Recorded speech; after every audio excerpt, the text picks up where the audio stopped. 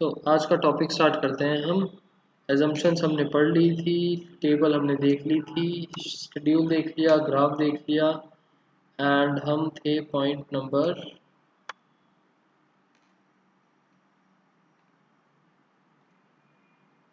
Stage two हमने करा था, कवर नहीं करा था कि वो इंक्रीज करता है एट डिमिनिशिंग रेट, और उसके ये थे रीजंस तीन। कर लिया था I guess. And a rational firm, this is ideal, क्योंकि फर्स्ट फेज के अंदर हम एज्यूम करते हैं कि अभी तो ग्रोइंग स्टेज है, हम उसको यूज़ कर रहे हैं, ग्रो करेंगे, एंड सेकेंड स्टेज के अंदर हम मानते हैं कि वो हमारा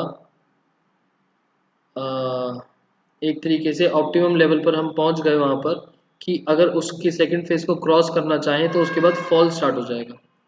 तो somewhere in between second phase में हम प्रेफर करते हैं कि अपने वेरिएबल फैक्टर्स को इतना बढ़ाएं कि मैक्सिमम आउटपुट हो जाए, बट वो इंक्रीज होते होते इतना ना हो जाए इंक्रीज कि आउटपुट नेगेटिव में जाना स्टार्ट हो जाए। Reasons: use beyond optimum capacity, imperfect substitute of factors, की मतलब कि जो बाकी फैक्टर्स हैं वो परफेक्टली सब्स्टिट्यूट नहीं हो सकते। कि आपने जैसे चार फैक्टर्स हैं, सो फोर्थ को फर्स्ट की जगह यूज कर लिया, सेकंड को थर्ड की जगह यूज कर लिया। Fall in quantity of fixed input,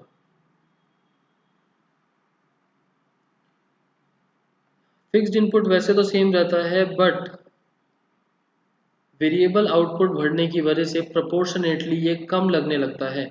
per unit जो वेरिएबल फैक्टर है वो कम हो जाता है। पर unit variable factor input adds decreasing returns to total product. Proportion of fixed factor per variable factor becomes too small that productivity cannot be increases properly। मतलब कि पहले मानो फिक्स्ड यूनिट्स हमारी 10 कंज्यूम हो रही थी और वेरिएबल वाली 5 लग रही थी, तो एक वेरिएबल फैक्टर के लिए टू फिक्स्ड फैक्टर्स थे, एक वेरिएबल फैक्टर के लिए टू फिक्स्ड फैक्टर्स थे। मैंने 5 से इंक्रीज करके इसको कर दिया लेट से 20। अब एक फिक्स्ड वेरिएबल, एक फिक्स्ड कंपोनेंट मेरा दो वेरिएबल्स के पास है, दो वेरिएबल मिल के एक को कंज्यूम कर रहे हैं, एक फिक्स्ड को। पहले उल्टा था कि एक वेरिएबल कंज्यूम कर रहा है दो फिक्स्ड को। तो वेरिएबल में चेंज आने की वजह से फिक्स्ड कंपोनेंट तो सेम ही रहा, बट कंपैरेटिवली वो इतना कम हो जाता है कि उसकी प्रोडक्टिविटी कम हो जाती है, थोड़ी सी कम लगने लगती है। स्टेज 3, हमारा टोटल प्रोडक्ट फॉल करना स्टार्ट कर देता है, क्योंकि हम वेरिएबल फैक्टर्स को इंक्रीज करते करते इतना इंक्रीज कर दिया कि उसने खराब करना स्टार्ट कर दिया केस को। As more and more variable factors after reaching the second stage continues, second stage के बाद भी अगर कंटिन्यू होता है to attach with fixed factors, MP becomes negative, तो हमारा marginal product, additional product becomes negative, और उसकी वजह से हमारा टीपी स्टार्ट कर देगा फॉल करना, because quantity of variable factor becomes too big as compared to fixed factors. This leads to result in production starts falling. इसके reasons: limitations of fixed factors, कि fixed factors को तो हम increase कर नहीं रहे, वो fixed ही हैं, तो variable increase करते करते वो बहुत limited हो जाते हैं। decrease in the efficiency of variable factor, variable factor इतने ज़्यादा हो गए कि फिक्स फैक्टर्स को सही से, मतलब फिक्स फैक्टर्स के लिए बहुत ज़्यादा वेरिएबल फैक्टर्स हैं। लेट्स से कि एक फार्म है और फार्म के ऊपर 10 फार्मर्स काम कर सकते हैं, बट 10 की जगह अगर मैं 50 को लगा दूँ, 50 तो इतने ज़्यादा फार्मर्स उस लैंड पर कुछ काम ही नहीं कर पाएंगे, आधे खाली बैठे रहेंगे, आधे सही से काम नहीं कर पाएंगे, तो उनकी एफिशिएंसी में थोड़ा सा डिक्रीज आ जाता है, वेरिएबल फैक्टर उतनी एफिशिएंटली काम नहीं कर पाते। Relationship between TP and MP. TP और एमपी के बीच में रिलेशनशिप, टीपी और एमपी के बीच में रिलेशनशिप। ठीक है, कल मैंने डायग्राम बनाया था, उसमें से दिखाता हूँ। 4 पॉइंट्स हैं। पहला पॉइंट हमारा एमपी इंक्रीज करता है और टीपी भी इंक्रीज करता है इंक्रीजिंग रेट से। MP increase, TP increases at increasing rate. Second point, MP starts falling but positive और टीपी इंक्रीजेज एट, ये वर्ड काट के डिक्रीजिंग रेट लिख लो। सेकेंड पॉइंट में टीपी डिक्रीजिंग रेट से इंक्रीज करेगा। Third point, when MP zero है TP highest होगा। Fourth point, when MP becomes negative in the third stage TP starts falling. ये 4 पॉइंट्स तो ग्राफ में हमने ऊपर भी डिस्कस करे थे, बट इन चारों में एक चीज नोटिस करी आपने। चीज ये थी कि टीपी का इफेक्ट, एमपी का इफेक्ट टीपी पर क्या पड़ा वो बता रखा है। किसी भी केस में ये नहीं बताया, it is similar to T M U. किसी भी केस में ये नहीं बताया कि टीपी में चेंज आने की वजह से एमपी में क्या चेंज आया। ऑब्वियसली मार्जिनल प्रोडक्ट की वजह से टोटल प्रोडक्ट में चेंज आएगा ना। फर्स्ट फेज था कि हमारा एमपी इंक्रीज कर रहा है और टीपी इंक्रीज कर रहा है एट इंक्रीजिंग रेट। सेकंड था एमपी ने फॉल करना स्टार्ट कर दिया बट रिमेन्स पॉजिटिव और टीपी ने इंक्रीज करा at decreasing rate. Third, when MP is 0, TP is at highest. Fourth, when MP becomes negative, TP starts falling.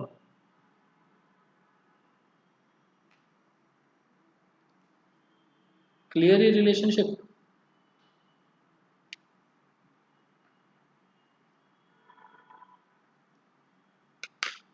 ठीक है,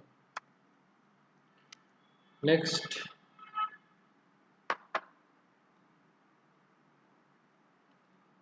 relationship between MP and AP। MP और AP के बीच में भी कुछ रिलेशनशिप होता है। 4,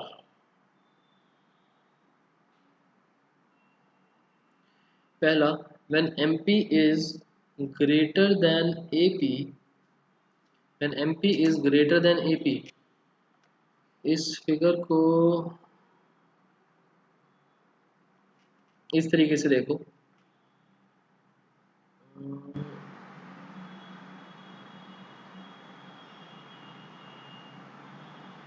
इसको हमने ये लाइन बना के दो पार्ट्स में डिवाइड करा। जब तक MP हमारा AP के ऊपर है, मतलब MP की वैल्यू AP से ज़्यादा है, तब तक AP इंक्रीज कर रहा है।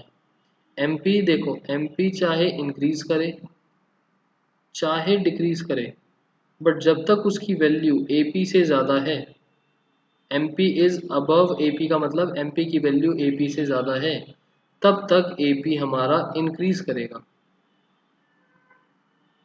स्केड्यूल से देखो, AP एम वैल्यू सेम है 15 पर। 15 से पहले MP हमारा AP से बड़ा है और AP हमारा इंक्रीज कर रहा है।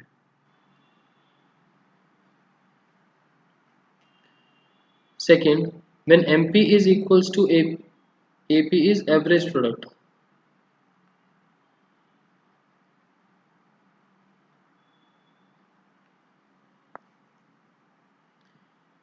When MP is equals to AP, AP reaches at highest point।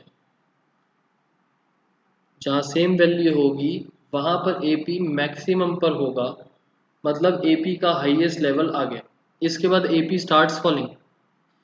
When MP is less than AP, देखो पॉजिटिव नेगेटिव की बात ही नहीं हुई, बस ये बोला कि अगर MP AP से बड़ा है तो AP इंक्रीज कर रहा है। अगर MP is greater than AP तो AP इंक्रीज।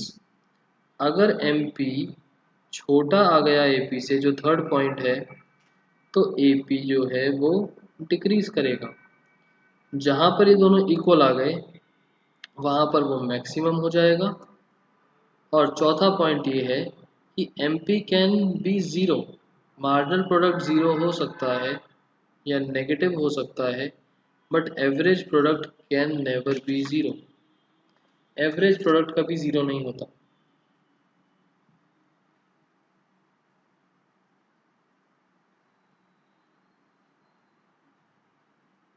क्लियर यहाँ तक, ये 4 पॉइंट्स।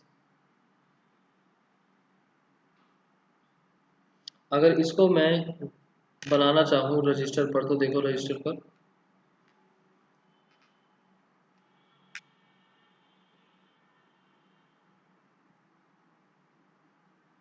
पहले MP बना लेते हैं। ये MP इंक्रीज करा और उसके बाद डिक्रीज करा, ज़ीरो तक पहुंचा और नेगेटिव हो गया। अब आती है AP की बारी। जब तक AP के लिए एक मैक्सिमम पॉइंट ले लेते हैं यहाँ पर, जब तक MP AP से बड़ा है, AP कर रहा होगा इंक्रीज। अब अपने ये हाईएस्ट लेवल पर पहुंचा और इसके बाद इसने डिक्रीज करना स्टार्ट कर दिया। ये रहा MP, ये रहा AP। Clear?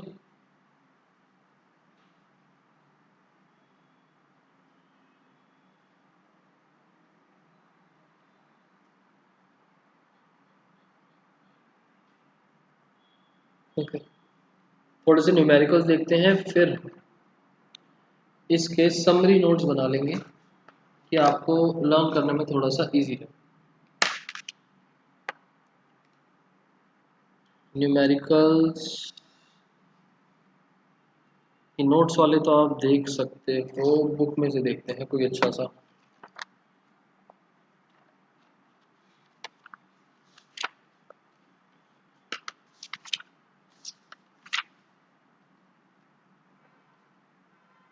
So what is the general shape of MP curve?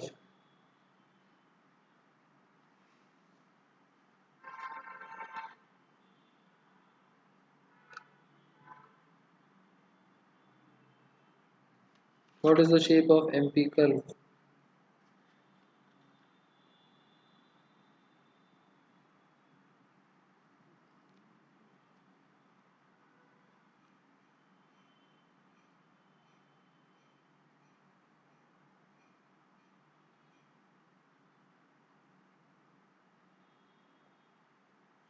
Downward sloping. जब शेप के बारे में बात आती है, अच्छा डाउनवर्ड स्लोपिंग भी कैसे बोल सकते हैं, स्टार्टिंग में तो इंक्रीज करता है संगिनी। इन्वर्स यू, इन्वर्टेबल यू,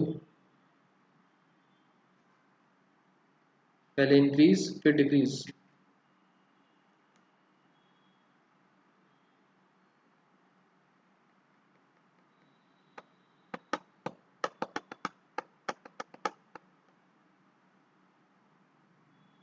ठीक, मैं एक MU जैसा ग्राफ, हर्ष ऐसे थोड़ी बोलोगे कि आपसे पूछा MP का ग्राफ कैसा होगा और आपने बोला कि MU के जैसा। ये क्या बात हुई?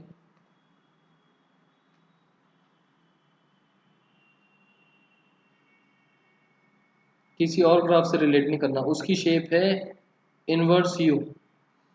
यहाँ पर एक छोटी सी टेबल बना रहा हूँ, इसको कंप्लीट करना है। Variable units 1 2 3 4 5 6। MP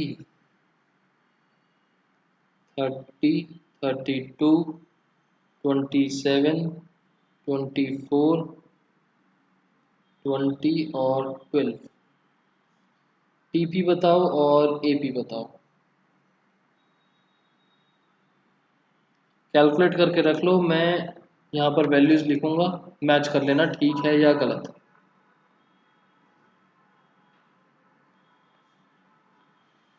जल्दी से कैलकुलेट करो। एपी का फॉर्मूला किसी को ना पता हो तो बताना। एवरेज प्रोडक्ट कैसे करना है? अच्छा, टीपी तो पता ही होगा, TP is sum of all MPs. Marginal product को ऐड करके टोटल प्रोडक्ट बनेगा, और एपी का formula total product divided by variable units.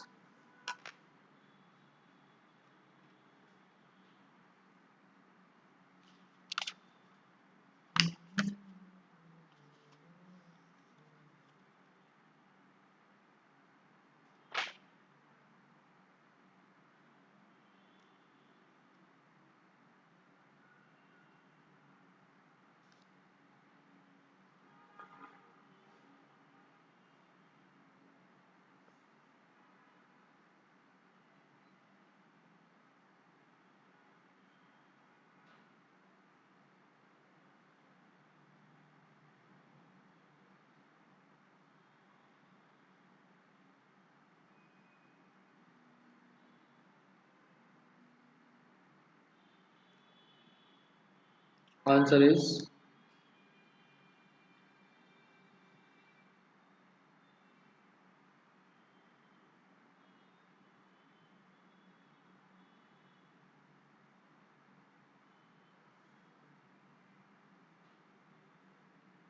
हाँ डेसिमल में निकाल दो, कोई बात नहीं।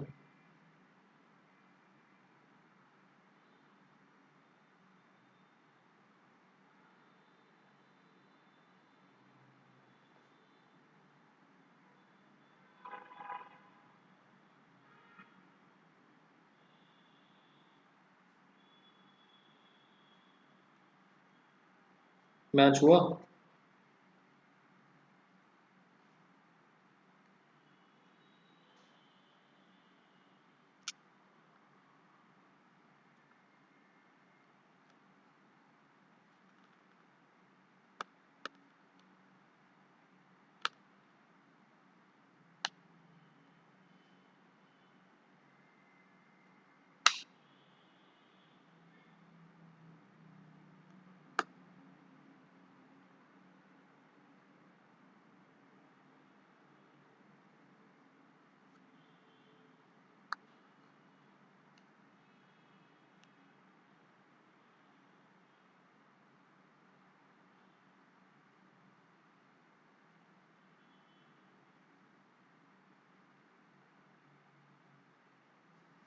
ठीक है,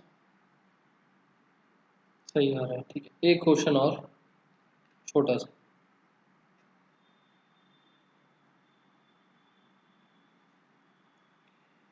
बुक में थोड़ा सा गलत दिया हुआ है, तो वही देख रहा था मैं। 1 2 3 4 5 6, AP 50 48 45 42 39 35, टीपी और एमपी निकालना है।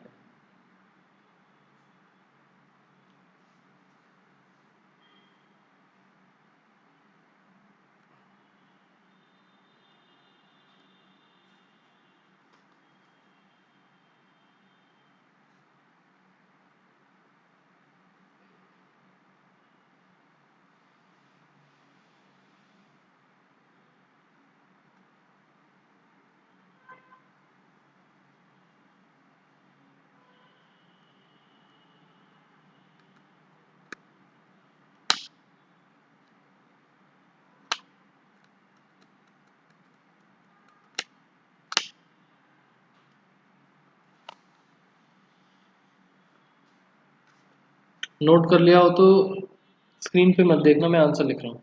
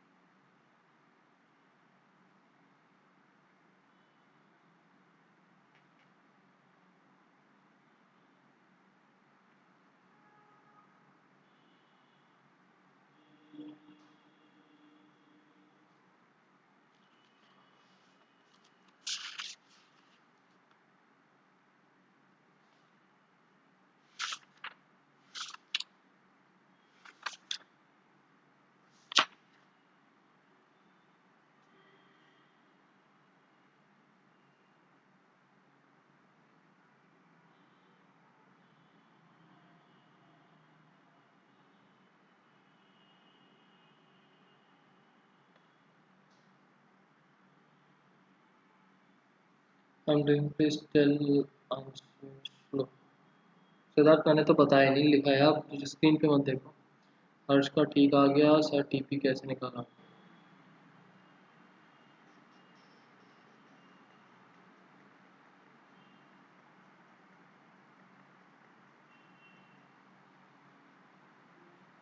ऊपर वाला फॉर्मूला ही तो है ऊपर मैंने एपी निकालने का फॉर्मूला बताया total product upon variable units यहाँ पर क्रॉस मल्टीप्लाई कर दो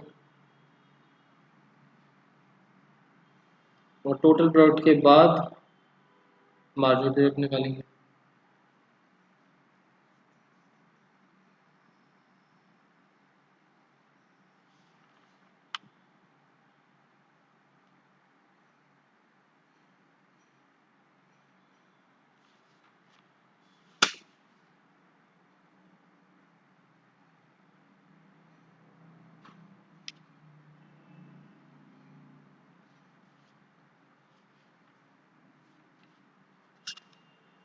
हो गया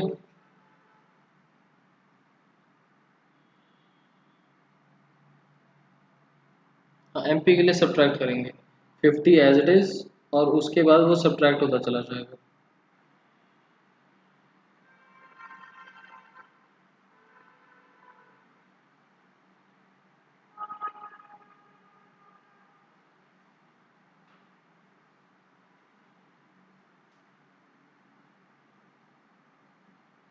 चलिए नेक्स्ट पर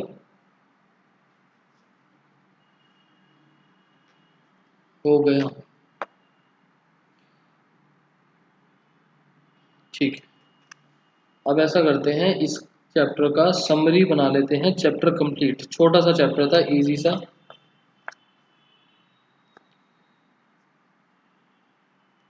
हमने इस चैप्टर में क्या क्या चीजें पढ़ी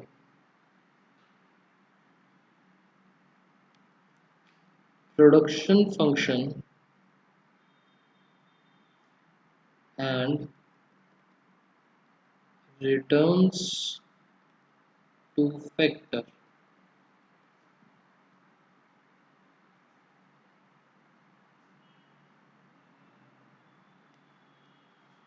सबसे पहले हमने इस चैप्टर में पढ़ा प्रोडक्शन फंक्शन प्रोडक्शन फंक्शन का मतलब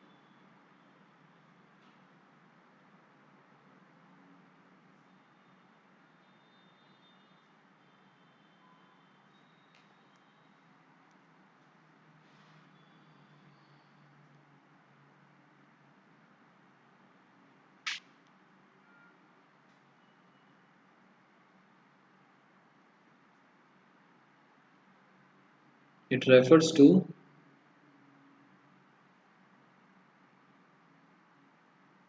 physical relationship between inputs and outputs under given technology ये वर्ड लिखना इंपॉर्टेंट है अंडर गिवन टेक्नोलॉजी ये एक एजम्पशन भी थी कि टेक्नोलॉजी चेंज नहीं होनी चाहिए अब जो हमने इनपुट्स और आउटपुट्स बोला इनपुट्स को हम फैक्टर इनपुट्स भी बोल सकते हैं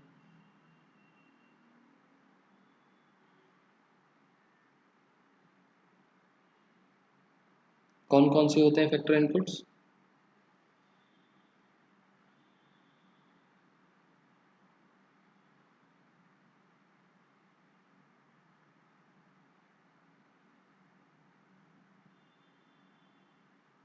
land labour capital entrepreneur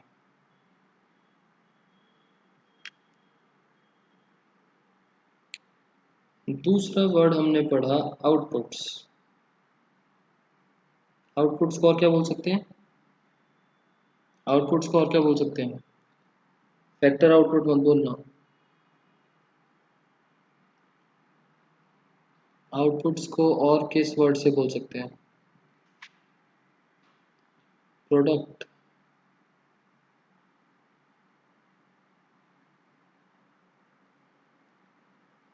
return,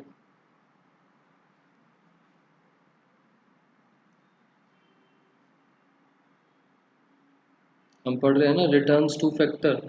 factor मतलब इनपुट, और फैक्टर के लिए जो रिटर्न आया, जो आउटपुट आया, आउटपुट टू इनपुट्स। ठीक है। लैंड के लिए क्या होता है?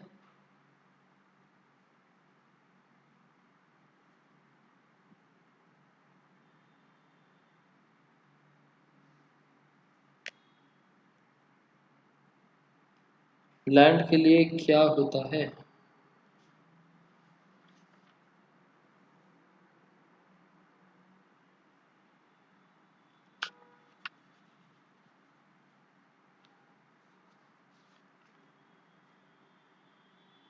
ये बेसिकली आउटपुट्स नहीं है, ये फैक्टर, आप इनको फैक्टर पेमेंट्स बोल सकते हो। ये आउटपुट्स और रिटर्न्स तो अलग चीज़ है। These are factor payments.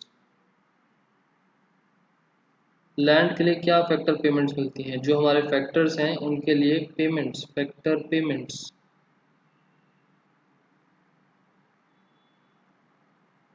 Land के लिए रेंट, वेज, इंटरेस्ट, प्रॉफिट।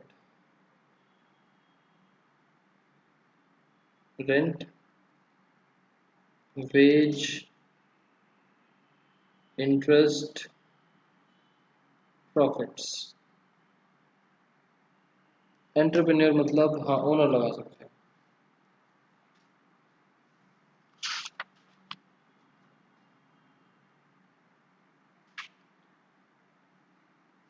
अब इसी के चलते हमारे पास जो कंसेप्ट आता है वो कंसेप्ट है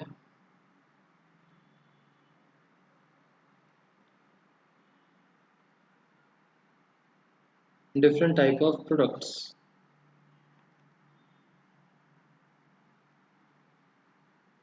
टीपी या टीपीपी भी बोल सकते हैं, total product, total physical product. MP या फिर एमपीपी, बीच वाला P for physical. AP, average physical product.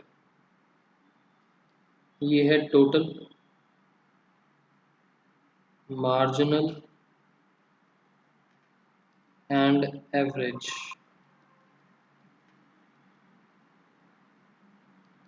Average का formula TP upon variable units. बात आती है वेरिएबल की।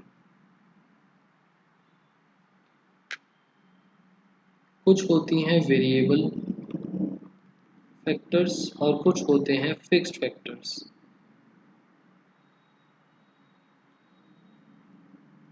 वेरिएबल फैक्टर्स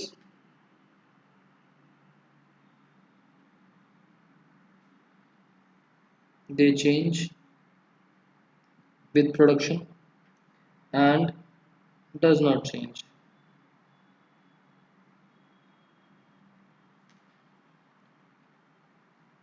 इन्हीं दोनों टॉपिक से रिलेटेड दो चीज़ें हैं, short run, long run.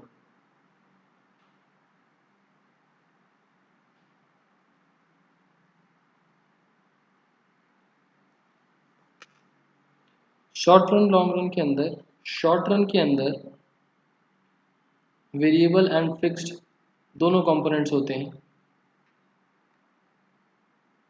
Both variable and fixed factors exist.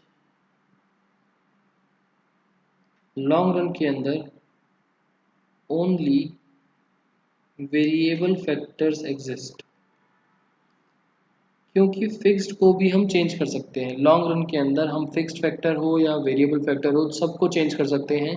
तो फिक्स्ड भी वेरिएबल ही बन जाता है, जो चेंज हो सकता है that is variable.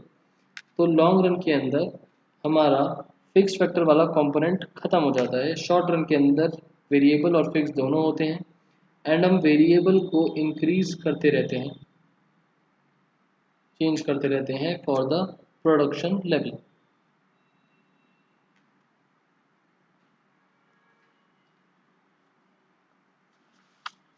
In 4 topics में किसी को कुछ डाउट?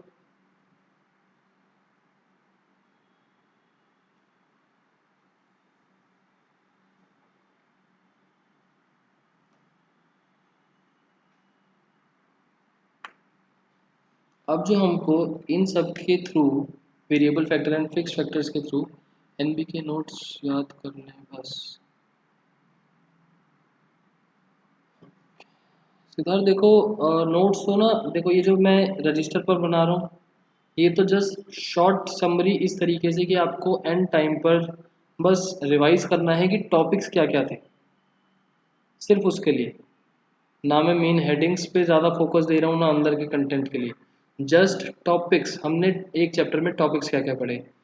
जो नोट्स हैं, जो पीडीएफ मैंने भेजी हुई है, उसके अंदर आपको मेन मेन हेडिंग्स मिल जाएंगी सारे टॉपिक्स की, कि आप हेडिंग्स वगैरह लिख सको। एंड अंदर का कंटेंट भी है थोड़ा बहुत, बट अंदर का कंटेंट मैं आप लोगों को प्रेफर करूँगा कि एक बार आप एक दो बुक्स कोई और भी रेफ़र करके अंदर का कंटेंट जितना अच्छा हो सकता है उतना अच्छा बनाओ। नहीं करना चाहते तो ये वाला कंटेंट भी ठीक है, बट जितना पढ़ोगे, जितना और कंटेंट देखोगे, उतना ज़्यादा आपका आंसर अच्छा होता रहेगा, आपकी अंडरस्टैंडिंग बढ़ती जाएगी। ये नोटबुक वाली चीज़ का सिर्फ रेलेवेंस ये है कि आपको एंड मोमेंट पर 5 मिनट के अंदर क्विक रिवाइज करने के लिए कि टॉप चैप्टर में क्या क्या टॉपिक्स थे।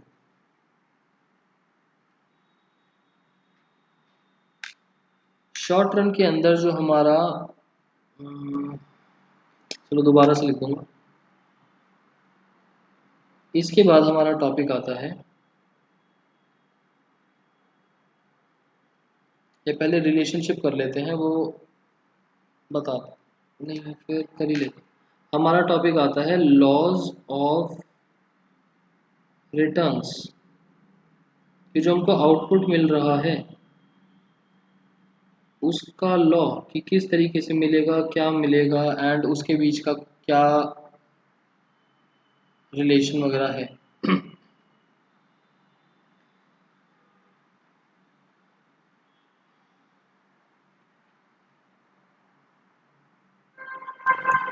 दो चीज़ों पर डिपेंड करता है। पहला,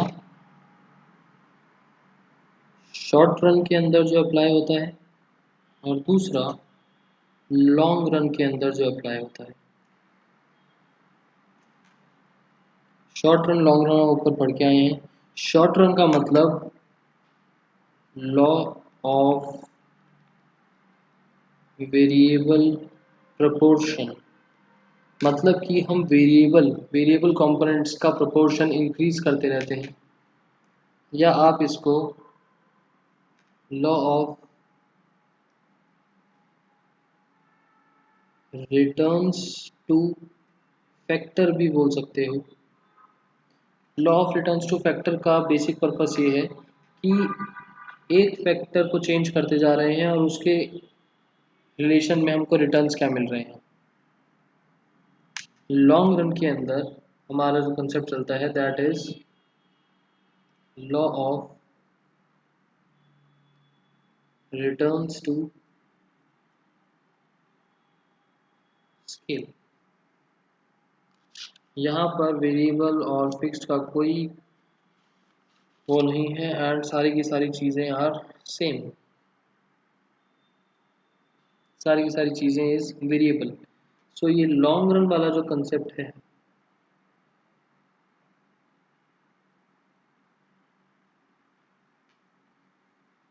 ये हमारे कोर्स का पार्ट नहीं है। तो हमने चैप्टर डिस्कस करते वक्त सिर्फ इतना सा देखा, law of variable proportion, law of returns two factor. ना हमने लॉ ऑफ रिटर्न वर्ड देखा होगा, हम सीधा इस टॉपिक पर आ गए। तो लॉज ऑफ रिटर्न दो तरीके से काम करता है, शॉर्ट रन में, लॉन्ग रन में। शॉर्ट रन के अंदर उसका नाम वेरिएबल प्रोपोर्शन या रिटर्न्स टू फैक्टर होता है, एंड लॉन्ग रन में रिटर्न्स टू स्केल होता है। और हम इस ब्रांच के बारे में नहीं पढ़ते फिलहाल।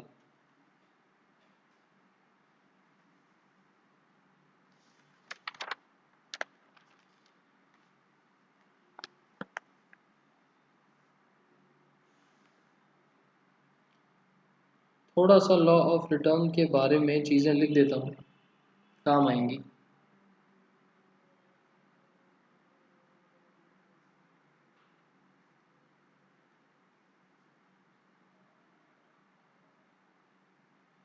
It explains the change in output as a result of change in inputs. Inputs में चेंज आने की वजह से आउटपुट्स में आने वाला change is law of return. और ये जो इनपुट्स हैं ये डिपेंड करता है आपके शॉर्ट रन या लॉन्ग रन पर। लॉन्ग रन है तो सारे के सारे इनपुट्स चेंज हो सकते हैं, शॉर्ट रन है तो सिर्फ variable.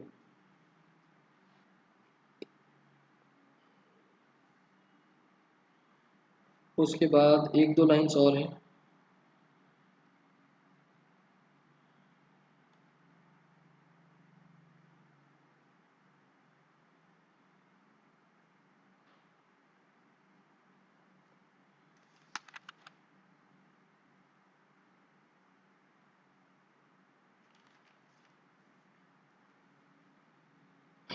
Law of variable proportion जो है उसके अंदर मेन चीज क्या है?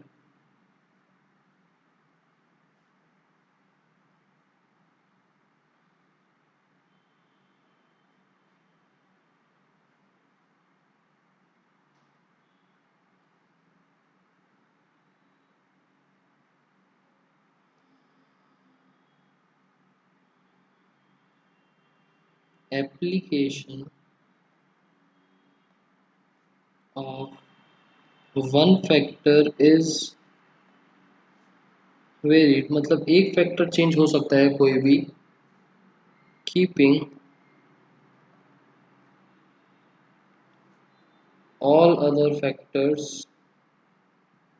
कांस्टेंट। बाकी सबको कांस्टेंट और फिक्स्ड मान के हम कोई भी एक फैक्टर को चेंज कर देंगे। This is law of variable proportion. इसी वजह से इसका नाम पड़ा रिटर्न्स टू फैक्टर, कि एक फैक्टर के बदले में मिलने वाला रिटर्न, बाकी सब तो फिक्स्ड है और एक के बदले में मिलने वाला रिटर्न।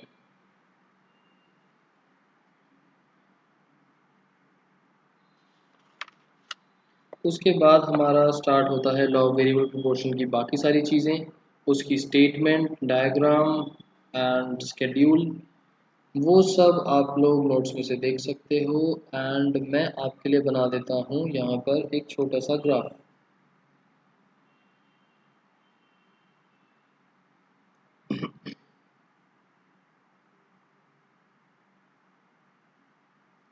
दो ग्राफ बन जाएंगे।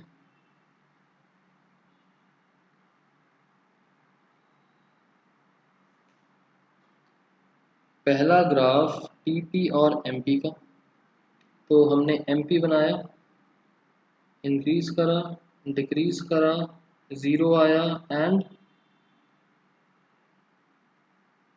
नेगेटिव हो गया। ए टीपी जो है वो ज़ीरो से स्टार्ट होता है, ज़ीरो गया, sorry,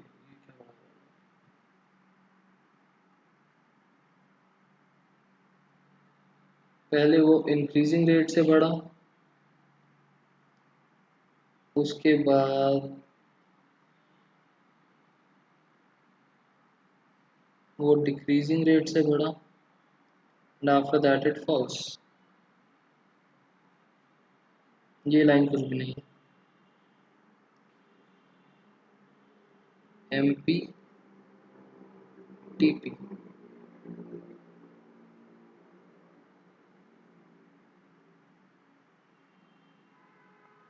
this point is point of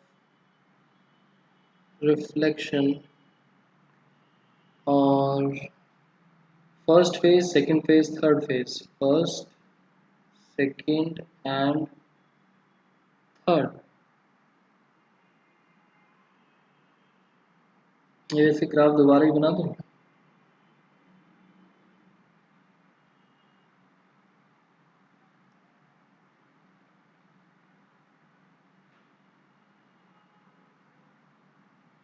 दोबारा बना देते हैं।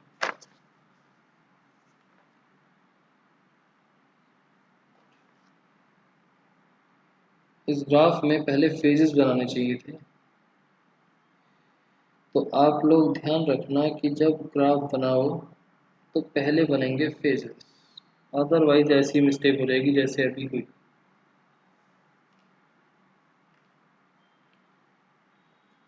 पहले बना दिए फेजेस।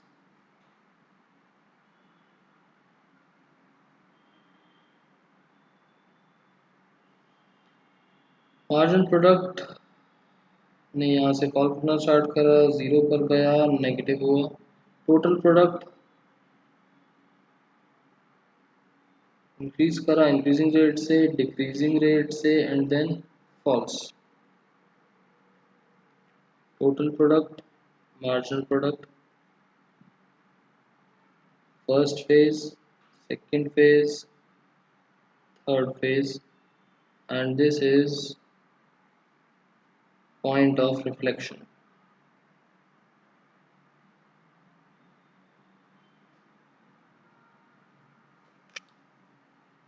इसका रिलेशनशिप आ जाएगा टीपी और एमपी का।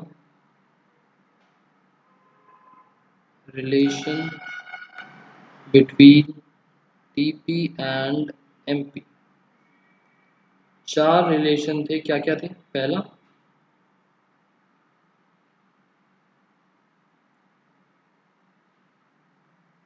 एमपी इंक्रीज तो TP increases at increasing rate. दूसरा MP falls but positive, TP increases at decreasing rate. तीसरा MP is equals to zero, TP is maximum. MP becomes negative, TP false। What is difference between this and previous graph?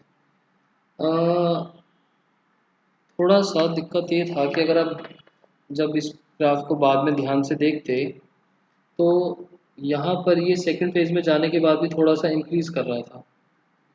तो पहले मैंने MP बना दिया था, फिर बाद में फेजेस बनाए, तो ये मिस्टेक हो गई थी।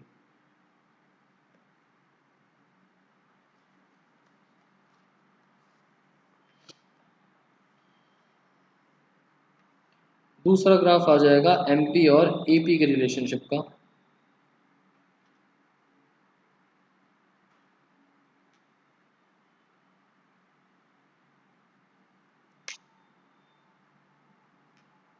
पहले हमने बना दिया एमपी, एमपी इंक्रीज हुआ, डिक्रीज हुआ, जीरो एंड नेगेटिव। उसके बाद एक पॉइंट बीच में मान लेते हैं यहाँ पर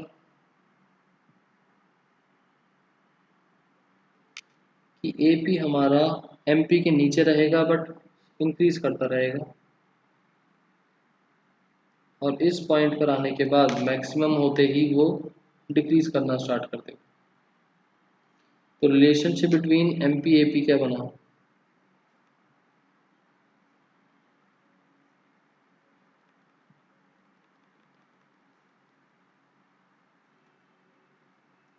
पहला, when MP is above AP, AP increase।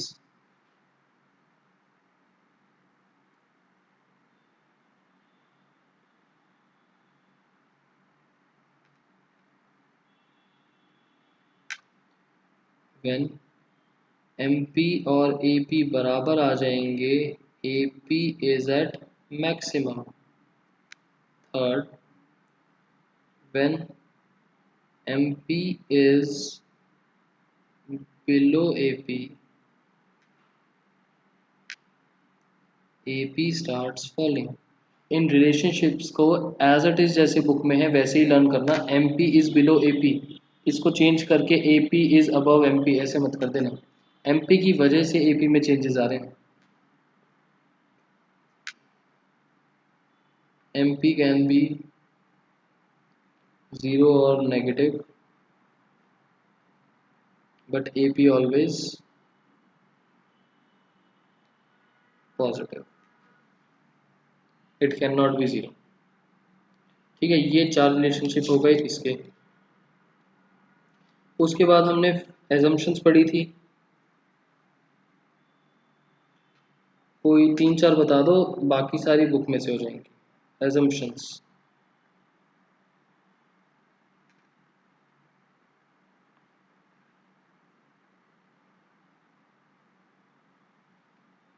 बताओ assumptions.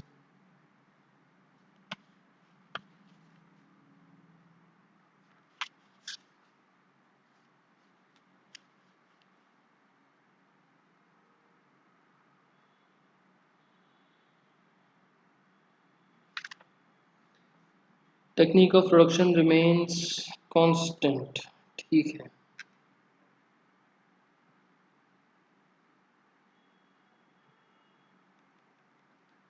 Technique remains same.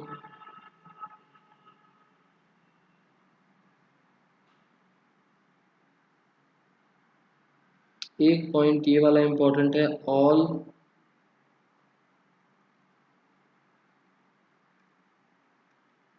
Units of variable factor are equally efficient.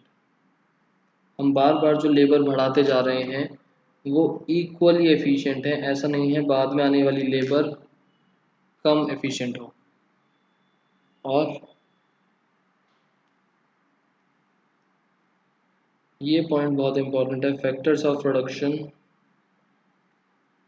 Are not perfect substitutes. एक फैक्टर को दूसरे फैक्टर की जगह सब्स्टिट्यूट ना करा जा सके।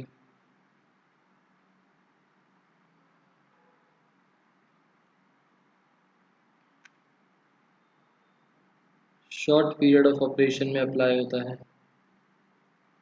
और बाकी सारे बुक में से करना है। ठीक है, मेन तीन चार लिख दिए। उसके बाद और क्या टॉपिक बचा? फेजेस।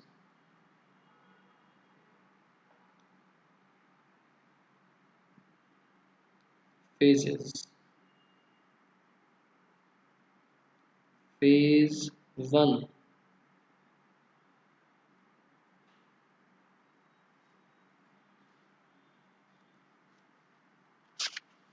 इसको हम बोल देते हैं law of increasing returns.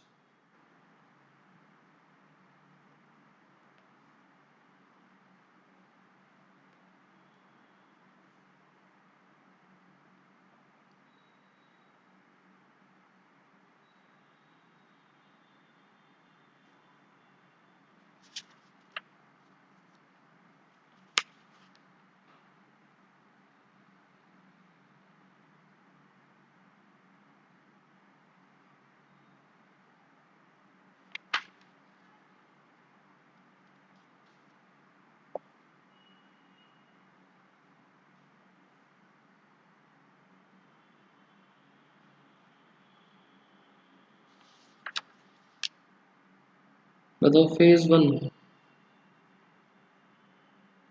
TP increases at increasing rate. Increasing returns हैं यहाँ पर।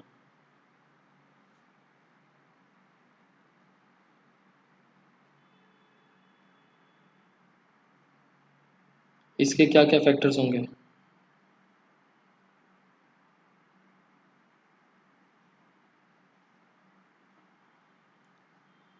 या आपने रीजंस करके पढ़ा है इस टॉपिक को? Reasons, reasons for increasing returns. पहला, ये पॉइंट्स आपको बताने पड़ेंगे, मेन पॉइंट्स।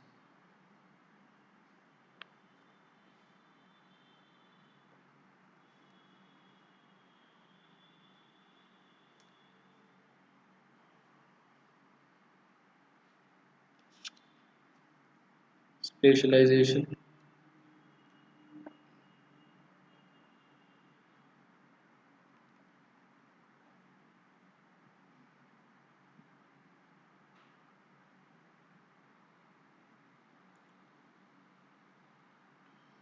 लर्न नहीं करे क्या? वॉल्यूम डिस्काउंट्स लर्न नहीं करे हुए तो बता दो लर्न नहीं करे।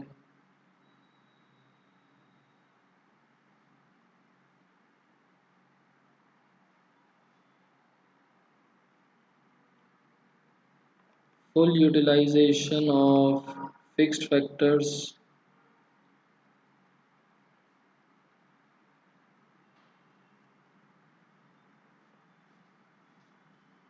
नहीं करे। Optimum combination of factors. अच्छा,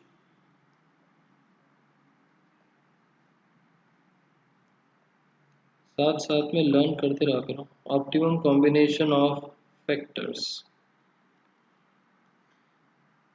सेकंड फेज 2।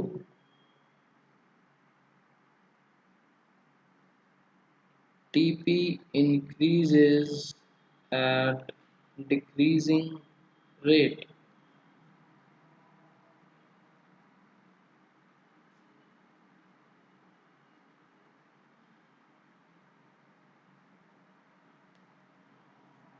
Diminishing returns। इसके रीजंस बताओ।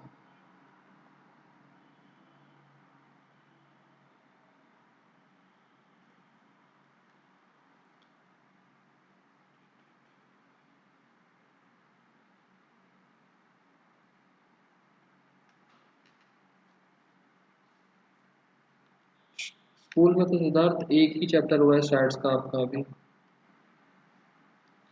Fall in quantity of fixed input.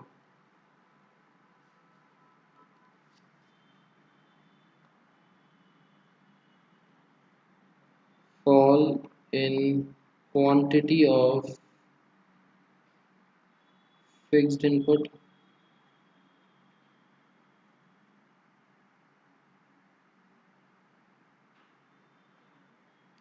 Sparsity of factors।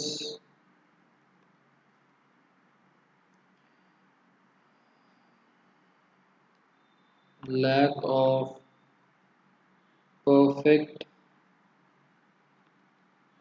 substitution between factors।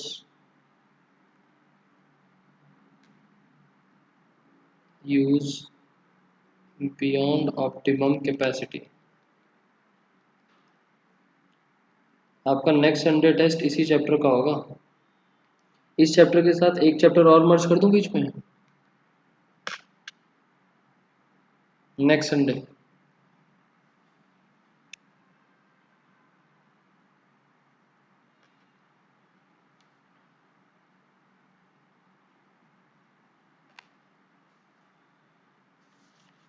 No, ठीक है। फेज 3। फेज 3 के कोई पॉइंट्स थे? TP starts falling.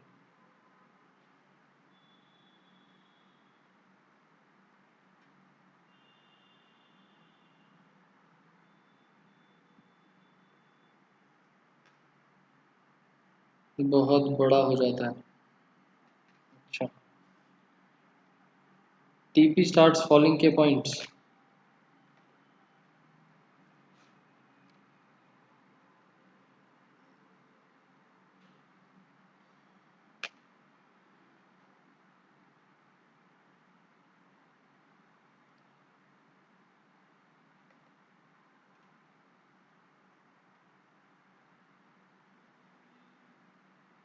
Negative returns.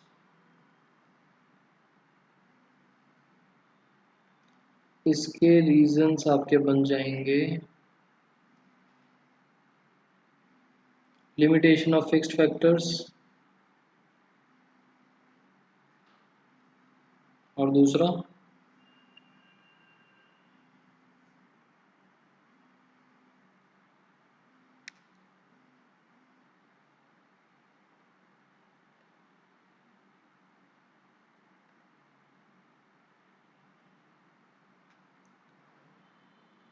Decrease in efficiency of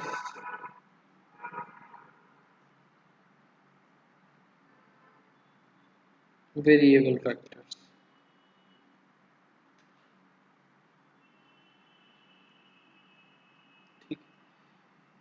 इसके अलावा ठीक है, इसके अलावा कौन सा टॉपिक बचा चैप्टर में? कोई पॉइंट बचा?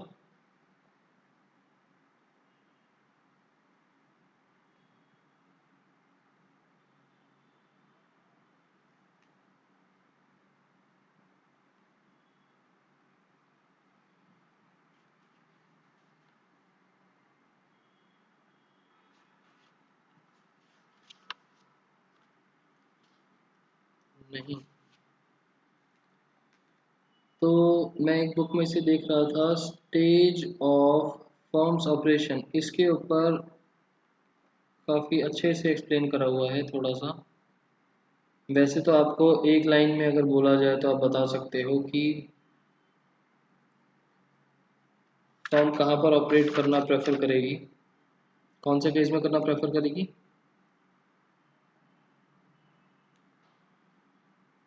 सेकंड फेज में।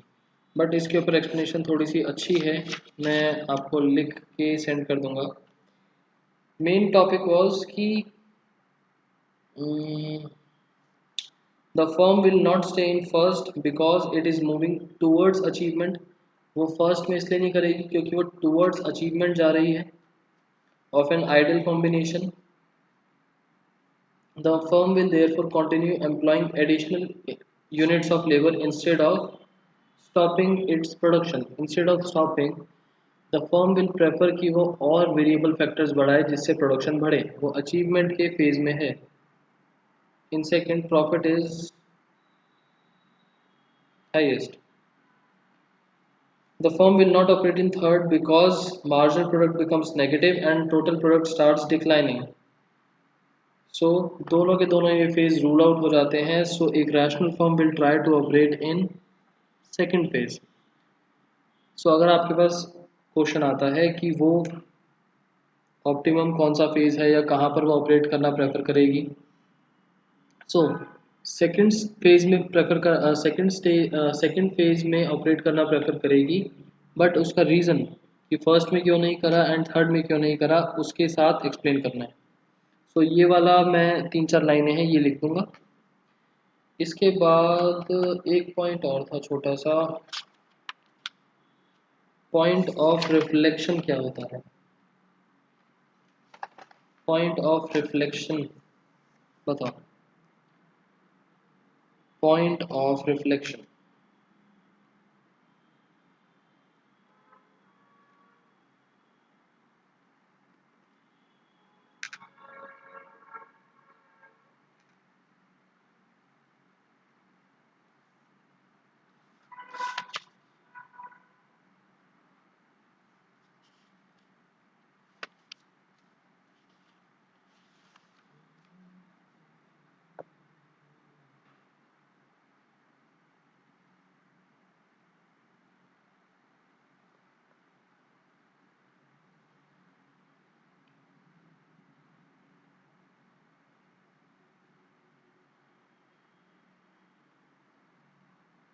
ये भी कोई नहीं बताएगा?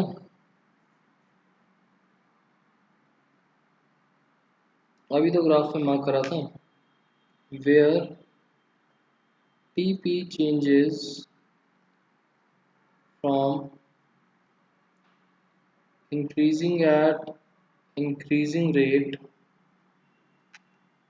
to increasing at decreasing rate। जहाँ वो इंक्रीजिंग रेट से डिक्रीजिंग रेट पर शिफ्ट होता है, मतलब फेज वन का एंड सेकेंड फेज का बिगनिंग, वहाँ पर पॉइंट ऑफ रिफ्लेक्शन आता है। इसके बाद 2-3 क्वेश्चंस के आंसर। किसी को यहाँ तक कुछ डाउट हो तो बताओ, अदरवाइज मैं आप लोगों से क्वेश्चन पूछ रहा हूँ। Chapter complete, topic complete.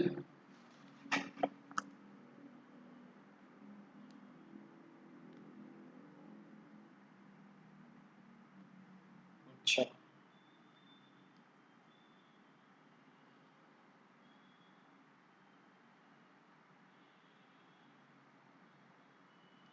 what will you say about MP of a factor when TP is falling?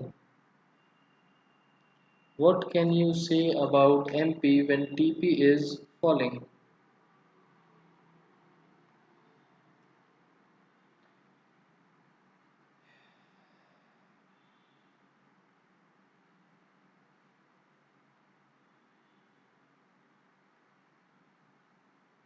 बाकी स्टूडेंट्स कहाँ पर हैं?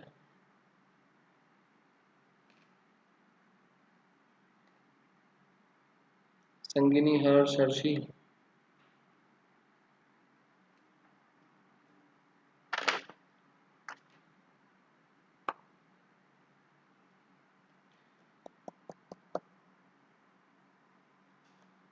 What can you say about MP when TP is falling?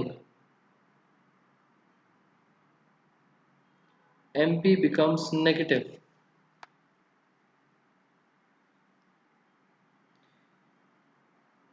Highest point तब बोलेंगे जब क्वेश्चन आएगा कि when MP is zero तो TP क्या होगा। अभी फोर्थ वाला केस चल रहा है कि जब MP, जब अगर TP फॉल कर रहा है तो MP के बारे में हम क्या बोल सकते हैं, MP नेगेटिव हो जाएगा।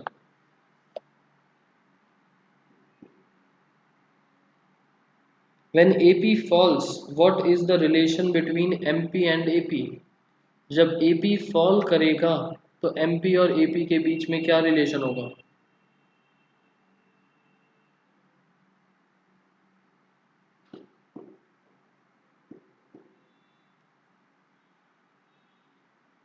हर्ष ने बोला MP is falling in negative. Siddharth inverse. Siddharth inverse वाली चीज नहीं, MP is less than AP। ठीक है। फॉलिंग MP तो हर्ष, ये देखो, फॉलिंग MP तो ये उस फेज से पहले भी हो सकता है।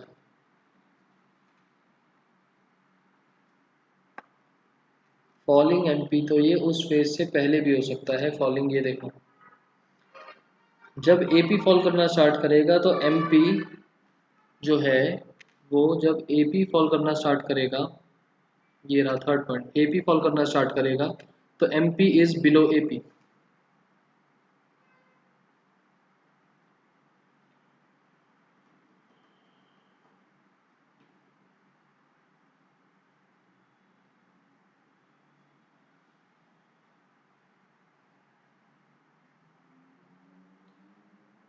What do you mean by increasing returns of factor?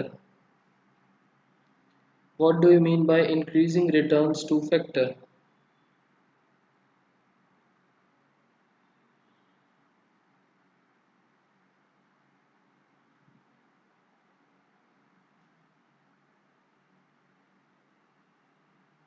Increasing returns two factor का क्या मतलब हुआ?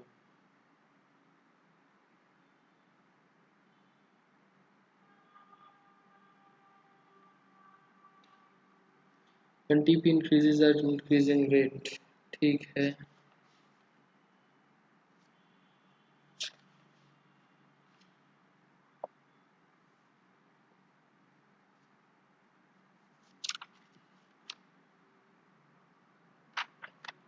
Output increases. Phase one. Siddharth, phase one को एक्सप्लेन करना है कि फेज वन है क्या। और Harshi, phase one phase two दोनों में आउटपुट इंक्रीज हो रहा है। आप अगर आउटपुट लिखोगे तो टोटल प्रोडक्ट समझा जाएगा, या तो आप स्पेसिफाई करो मार्जिनल प्रोडक्ट या total product. Marginal product increase करता है, समझ में आया, पर total product phase one phase two दोनों में इंक्रीज करता है, पहले इंक्रीजिंग रेट से, बाद में डिक्रीजिंग रेट से। व्हेन फैक्टर्स फिक्स्ड, फैक्टर्स हमेशा फिक्स्ड होते हैं। Keeping one factor varying and other factors fixed, बाकी सारे फैक्टर्स को फिक्स रख के एक फैक्टर चेंज कर रहे हैं। तो जब हमारा टोटल प्रोडक्ट इंक्रीज करेगा एट इंक्रीजिंग रेट, तब हम बोलेंगे इंक्रीजिंग रिटर्न्स। डिमिनिशिंग रिटर्न्स, जब हमारा टोटल प्रोडक्ट इंक्रीज करेगा eight decreasing rate.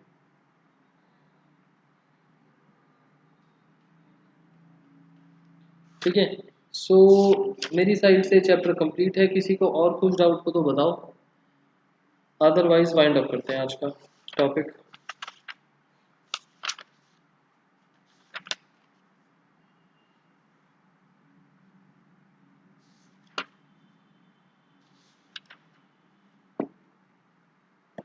Bye.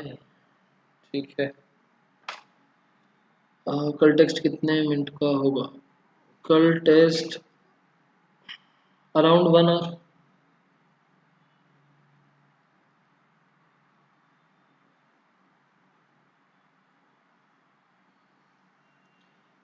Variable proportion का मतलब कि जब हम एक, पहली बात तो वेरिएबल प्रोपोर्शन का मतलब हुआ शॉर्ट रन वाला पीरियड, कि जब हम शॉर्ट रन में अप्लाई कर रहे हैं, शॉर्ट रन के अंदर कुछ होता है वेरिएबल कंपोनेंट, कुछ होता है फिक्स्ड कंपोनेंट। वेरिएबल प्रोपोर्शन या रिटर्न्स टू फैक्टर बोलता है कि एक फैक्टर को वेरी करके, मान लो लेबर को वेरी करके हम बाकी फैक्टर्स को फिक्स मान के एक फैक्टर को चेंज करते जा रहे हैं। तो जब हम उस फैक्टर को इंक्रीज करते जाएंगे, तो with increase in variable factor जो हमारा टोटल प्रोडक्ट है वो इनिशियली इंक्रीजिंग रेट से बढ़ेगा, देन डिक्रीजिंग रेट से बढ़ेगा, एंड आफ्टर दैट वो फॉल करना स्टार्ट कर देगा। डेफिनेशन पे जाओगे तो डेफिनेशन में भी एग्जैक्टली यही चीज़ लिखी है कि when more and more of variable factors are employed, then total product first increases at increasing rate, then increases at decreasing rate, and after that it starts falling.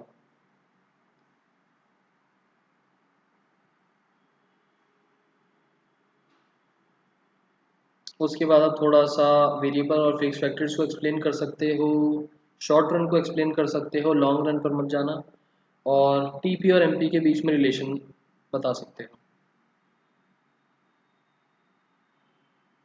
Phases के बारे में बात कर सकते हो कि शॉर्ट में फेजेस के बारे में बता दिया, फेज 1, फेज 2, फेज 3। एमपी और एपी पे का रिलेशन बताने से ज़्यादा अच्छा है फेजेस के बारे में बता दिया कि 3 तरीके के फेजेस हैं। फेज 1 में इंक्रीजिंग रेट से टीपी जा रहा है, फेज 2 में देखो जो मैंने आगे फेजेस लिखे भी वो टीपी के रिस्पेक्ट में ही लिखे हैं, मार्जिनल प्रोडक्ट के रिस्पेक्ट में नहीं।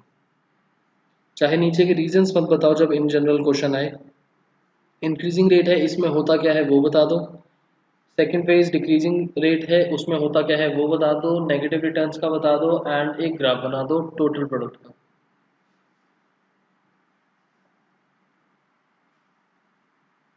और ज़्यादा नंबर का क्वेश्चन है एक स्केड्यूल बना दो।